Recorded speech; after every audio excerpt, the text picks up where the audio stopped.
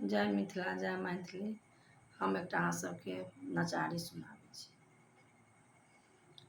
सुरसारी से भी मोरा किछु नाही भेला, पवित्र गंगा जल भागीरथ लेला।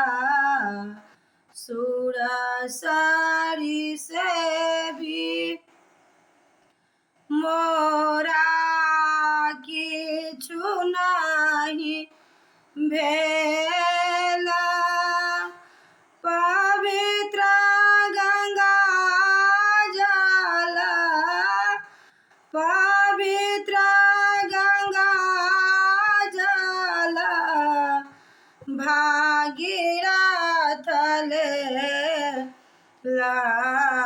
जखन महादेव गंगा केलदान, जखन महादेव गंगा केलदान, सुन भेल जटा सुन भेल जटा मलिन भेल चाँद। सुरसारी से भी मोरा किछु नाही भेला, पवित्र गंगा जल भागीरथ लेला। समटहु बनी